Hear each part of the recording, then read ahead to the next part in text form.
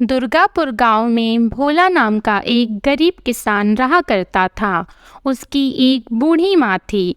भोला बड़ी मुश्किल से अपना और अपनी माँ का गुजर बसर किया करता था। एक दिन भोला जंगल से कुछ लकड़ियाँ लेकर अपने घर जाता है। तभी उसकी बूढ़ी माँ आंगन में चूल्हे पर रोटियां बना रही होती है। भोला, अरे माँ, बहुत जोरों की भूख लगी है, जल्दी रोटी दो। जंगल में लकड़ी भी अब तो नाम की रह गई है। मुझे तो आगे की चिंता हो रही है। अगर आगे जंगल में लकड़ी नहीं मिली तो तुम रोटियां कैसे बनाओगी? माँ, अरे मेरे बच्चे, तो चिंता मत कर, ले पहले तो रोटी खा ले। दिन भर इतनी मेहनत करता है, तू देखना मेरे बच्चे, कोई ना कोई रास्ता निकल आएगा। जिसके बाद भोला खाना खाने लगता है। अगली सुबह भोला फिर से गांव के जंगल में लकड़ियां लेने निकलता है। तभी उसे रास्ते में गांव का सेठ तिजोरी लाल मिलता है। तिजोरी लाल देखने में हट्टा कट्टा आदमी था, जो अपने धन की पोटली अपने साथ लेकर चलता था। तिजोरी लाल की एक आदत थी, वो हमेशा छींकता रहता था। सेठ, आछी, अरे भाई, एक तो मेरा ये जुकाम कभी ठीक नहीं होता, आछी। भोला, सुबह सुबह कहाँ सैर सपाटे पर निकल आए भैया? भोला, अरे सेठ जी, जंगल में बस लकड़ियाँ लेने जा रहा था। अब आप तो जानते ही हो, मुझ गरीब के घर तो चूल्हा ही जलता है। आपको कभी जरूरत पड़े तो बताइएगा। सेठ, हाँ हाँ भोला, तुम अगर जंगल जा ही रहे हो तो मेरे भाई के लिए भी ला देना कुछ लकड़ियाँ। अब सर्दियाँ भी तो बढ़ गई है, आग जलाने के काम आएंगी। क्या पता मेरा जुकाम भी ठीक हो जाए। भोला, जी सेठ जी, मैं लकड़ियाँ आपके घर ले आऊँगा, आप बिल्कुल चिंता मत कीजिए। भोला जंगल जाता है और कुछ लकड़ियाँ लेकर सेठ तिजोरी लाल के घर आता है। सेठ भोला को देखते ही, अरे आओ भोला, अच्छे आओ आओ, आखिर ले ही आए तुम लकड़ियाँ। भोला, जी सेठ जी, ये लीजिए, इतनी लकड़ियाँ इस सर्दी में जलाने के लिए काफी है। सेठ, अरे आछी, बहुत अच्छा किया तुमने भोला, भाई वाह। भोला, सेठ जी, मेरी माली हालत तो आप जानते ही हैं। अब तो घर में भी अन्न का एक दाना नहीं बचा। मुझे अपनी चिंता नहीं है, लेकिन मेरी बूढ़ी माँ, मैं उसे कैसे भूखा रखूं? आप मुझे कुछ पैसे उधार दे दीजिए ताकि मैं थोड़ा खाने का सामान ले सकूं। मैं आपके पैसे जल्दी ही लौटा दूंगा। सेठ, अरे भोला, मैं जानता हूँ तुम एक ईमानदार आदमी हो, लेकिन भाई, तुम्हारी माली हालत भी अब किसी से छुपी है भला? पैसे तो मैं तुम्हें दे दूंगा, लेकिन भैया ब्याज सहित वापस भी ले लूंगा, ठीक है? भोला, ठीक है सेठ जी, जैसी आपकी इच्छा। अभी तो मुझे पैसों की बहुत ज़रूरत है, आप मुझे पैसे दे दीजिए। जिसके बाद भोला को कुछ पैसे दे देता है। भोला वो पैसे लेकर अपने घर जाता है। माँ, अरे क्या हुआ बेटा, कहाँ रह गया था? कब से तेरी राह देख रही थी मैं। भोला अपनी माँ को सारी बात बताता है। भोला, अब तुम ही बताओ माँ, मैं क्या करता? घर में तो कुछ भी खाने को नहीं था, इसलिए मैंने सेठ तिजोरी लाल से कुछ पैसे उधार ले लिए। अब इन पैसों से मैं तुम्हारे लिए कुछ खाने को ले आऊँगा। माँ, अरे बेटा, तेरे पिताजी जिंदा होते तो हमें ये दिन नहीं देखना पड़ता। तेरे पिताजी इसी गांव में समोसे बनाकर बेचा करते थे। पूरे गांव में उन जैसे समोसे कोई नहीं बना सकता था। उनके बनाए समोसे इतने स्वादिष्ट होते थे कि ये सभी गांव वाले उंगलियां चाटते रह जाते थे। भोला, क्या सच में माँ, पिताजी ऐसे स्वादिष्ट समोसे बनाया करते थे? माँ, बेटा, तू एक काम क्यों नहीं करता? सेठ तिजोरी लाल ने जो तुझे पैसे दिए हैं, तो इन्हीं से समोसे बनाने का सामान ले आ और समोसे बनाकर बेचने का काम शुरू कर दे। ऐसे तेरे पास कुछ पैसे भी आ जाएंगे, जिसके बाद तो सेठ तिजोरी लाल के पैसे भी लौटा देना। भोला, ये तो तुमने बिल्कुल सही कहा माँ, मैं ऐसा ही करूँगा। तुम देखना, मैं बहुत मेहनत और लगन से समोसे बनाऊंगा, फिर पिताजी की तरह मेरा भी इस गांव में खूब नाम होगा। भोला की माँ भोला की बात पर अपना सिर हाँ में हिलाती है।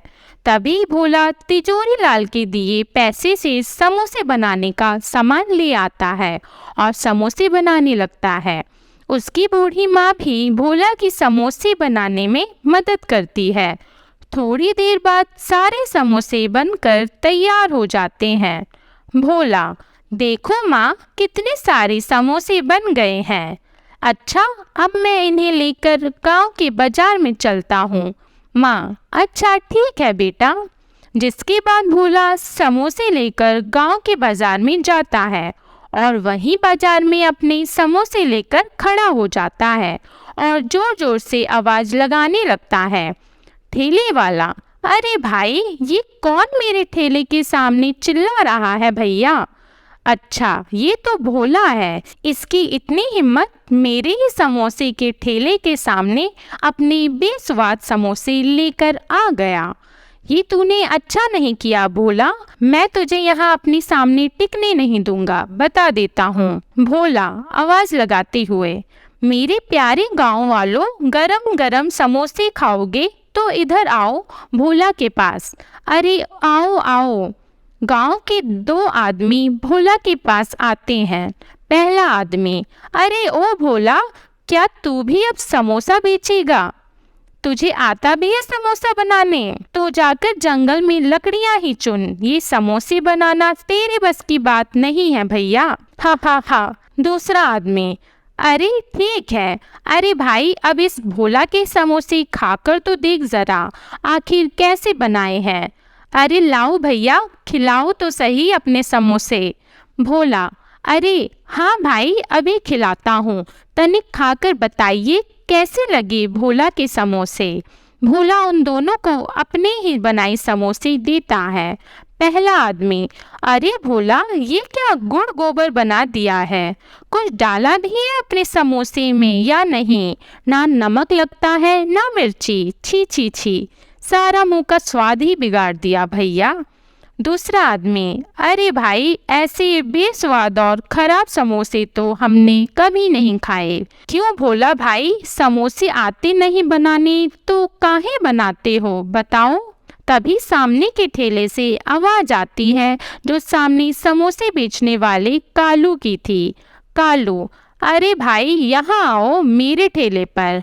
अरे कहाँ आप भी इस भोला के तुच्छे से समोसे खाने लगे? यहाँ आओ मेरे भाइयों, मैंने बनाए हैं मजेदार एक नंबर के स्वादिष्ट गर्मा गर्म समोसे, आओ भाइयों आओ। तभी दोनों आदमी सामने वाले की दुकान पर चले जाते हैं। भोला ये देखकर बहुत दुखी हो जाता है और अपने घर आ जाता है। माँ, अरे आ गया तू बेटा, क्या हुआ? तेरे बनाए समोसे गांव वालों को पसंद आए या नहीं? भोला, नहीं माँ, गांव वाले बोलते हैं मेरे समोसे में कोई मजा ही नहीं है। सेठ जी ने जितने भी पैसे उधार दिए थे, उनका मैं जितना समोसे बनाने का सामान ला सकता था ले आया हूँ। अब और बाकी की सामग्री में कहाँ से लाऊं जिससे समोसे स्वादिष्ट हो जाएं? माँ, अरे तो चिंता मत कर मेरे बच्चे, तेरी ईमानदारी और मेहनत को देखते हुए भगवान तुझे जरूर कोई अच्छा रास्ता दिखाएंगे। अगली सुबह से तिजोरी लाल अपने कुछ लठेत नौकरों को लेकर भोला के घर आता है। सेठ, अरे भोला, कहाँ हो? बाहर आओ, मेरे पैसे लेकर बैठ गया है। तभी भोला और उसकी माँ बाहर आते हैं। भोला, माफ कर दीजिए सेठ जी, आपसे जो पैसे मैंने उधार लिए थे, उनसे मैंने समोसे बनाकर बेचने का काम शुरू किया है, लेकिन मेरे बनाए समोसे किसी ने अभी तक नहीं खरीदे हैं। मालिक, जैसे ही मेरे पास कुछ पैसे आएंगे, मैं आपके पैसे लौटा दूंगा। सेठ, देख भोला, वो सब मैं नहीं जानता हूँ, तेरे बनाए समोसे का क्या भरोसा कोई खरीदेगा भी या नहीं। मुझे मेरे पैसे ब्याज के साथ चाहिए, नहीं तो अपना घर दे दे मुझे। जब तेरे पास पैसे होंगे आकर छुड़ा लेना अपना घर, समझा? आछी। भोला, नहीं नहीं सेठ जी, ऐसा मत कीजिए। मुझ गरीब के पास यही तो एक सहारा है। मैं बूढ़ी माँ को लेकर कहाँ जाऊँगा? नहीं नहीं सेठ जी, ऐसा मत कीजिए। सेठ भोला की एक बात भी नहीं सुनता। अपने साथ लाए नौकरों से भोला के घर का सारा सामान बाहर आंगन में फेंकवा देता है और वहाँ से चला जाता है। भोला और उसकी माँ वहीं घर के आंगन में उदास बैठे रो रहे थे। थोड़ी देर बाद भोला फिर से अपने वही बनाए समोसे लेकर बाजार में जाता है और वहाँ चुपचाप उदास मन से किसी की उसके बनाए समोसे खरीदने का इंतजार करने लगता है। तभी एक बूढ़ा आदमी भोला के सामने वाले समोसे के ठेले पर जाता है। बूढ़ा, बेटा, कई दिन से भूखा हूँ, अभी एक लंबी यात्रा से लौटा हूँ, मुझे कुछ खाने को दे दो, भगवान की तुम पर बड़ी कृपा होगी बेटा। कालू, अरे ओ बुढ़े, क्यों खामखा मेरा टाइम खोटी कर रहा है? देख नहीं रहा है कितनी भीड़ हो रही है? जा यहाँ से, बाद में आना, चल जा यहाँ से, पता नहीं कहाँ कहाँ से आ जाते हैं। बूढ़ा आदमी कालू की ऐसी बात सुनकर बहुत दुखी मन से वहाँ से भोला के पास आता है। बूढ़ा, बेटा, तुम भी कुछ खाने को दे दो, जोरों की भूख लगी है। मेरे पास पैसे तो नहीं है, कुछ खाने को दे सको तो दे दो बेटा। भोला, अरे हाँ हाँ, क्यों नहीं बाबा जी, मुझे आपसे कोई पैसे नहीं चाहिए। रुकिए, मैं आपको अपने बनाए समोसे खिलाता हूँ। कोई मेरे बनाए समोसे तो लेता नहीं है, क्योंकि यह स्वादिष्ट जो नहीं है, इसलिए आप इन्हें खाकर अपनी भूख मिटा लीजिए। जिसके बाद भोला उस बूढ़े आदमी को समोसे देता है। समोसे खाने के बाद बूढ़ा आदमी, अरे वाह वाह बेटा, तुम्हारा बहुत बहुत धन्यवाद, समोसे खाकर मेरी आत्मा तृप्त हो गई। वाह वाह, बड़ा स्वाद था तेरे बनाए समोसे में। भोला, क्या सच में? आप सच बोल रहे हैं? क्या मेरी बनाई समोसे इतने स्वादिष्ट है बाबा? बूढ़ा, अरे हाँ हाँ बेटा, अगर तुझे मेरी बातों का यकीन नहीं आता तो खुद ही चख कर देख ले। तभी भोला अपना बनाया एक समोसा उठाता है और खाने लगता है। समोसे खाने के बाद भोला, अरे हाँ बाबा जी, ये तो सच में बहुत स्वादिष्ट है, लेकिन बाबा, मैंने तो इनमें ऐसा कुछ भी नहीं मिलाया था जिससे यह इतने स्वादिष्ट और मज़ेदार हो जाएं। ये कैसे हुआ बाबा? बूढ़ा, बेटा, ये सब तुम्हारे ही सच्चे हृदय की वजह से हुआ है। तुमने इतनी मुश्किल में रहकर भी मेरी मदद की। तेरे बनाए समोसे की वजह से मेरी भूख शांत हुई।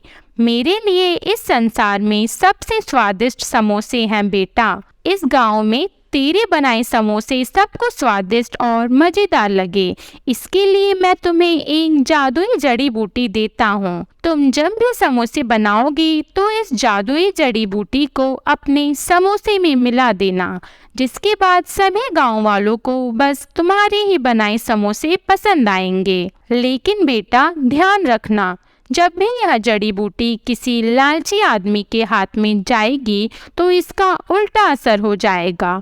ये जड़ी बूटी कभी भी उसका भला नहीं करेगी। इसके बाद वो बूढ़ा आदमी वहाँ से गायब हो जाता है। भोला मन में, आपका बहुत बहुत धन्यवाद बाबा, मैं आपकी ये बात ध्यान रखूँगा। तभी भोला अपने घर जाता है और अपनी बूढ़ी माँ को सारी बात बताता है। दोनों आंगन में ही चूल्हे पर फिर से समोसे बनाने लगते हैं। भोला फिर से समोसे लेकर गांव के बाजार में जाता है और बाबा की दी हुई जड़ी बूटी समोसे में मिलाता है। जड़ी बूटी मिलाते ही भोला की सारे बनाए समोसे में से बहुत ही अच्छी खुशबू आने लगती है। तभी गांव के कुछ लोग भोला के पास आते हैं। आदमी, अरे ओ भाई ओ, ज़रा अपने समोसे तो खिलाओ, खुशबू तो बड़ी अच्छी आ रही है, चलो तुम खिलाओ, हमसे तो रुका नहीं जा रहा है भैया, जल्दी भाई जल्दी। भोला, हाँ भाइयों, क्यों नहीं, ये लीजिए, अभी देता हूँ मेरे बनाए समोसे। भोला उन सबको समोसे देता है। सभी समोसे खाने लगते हैं।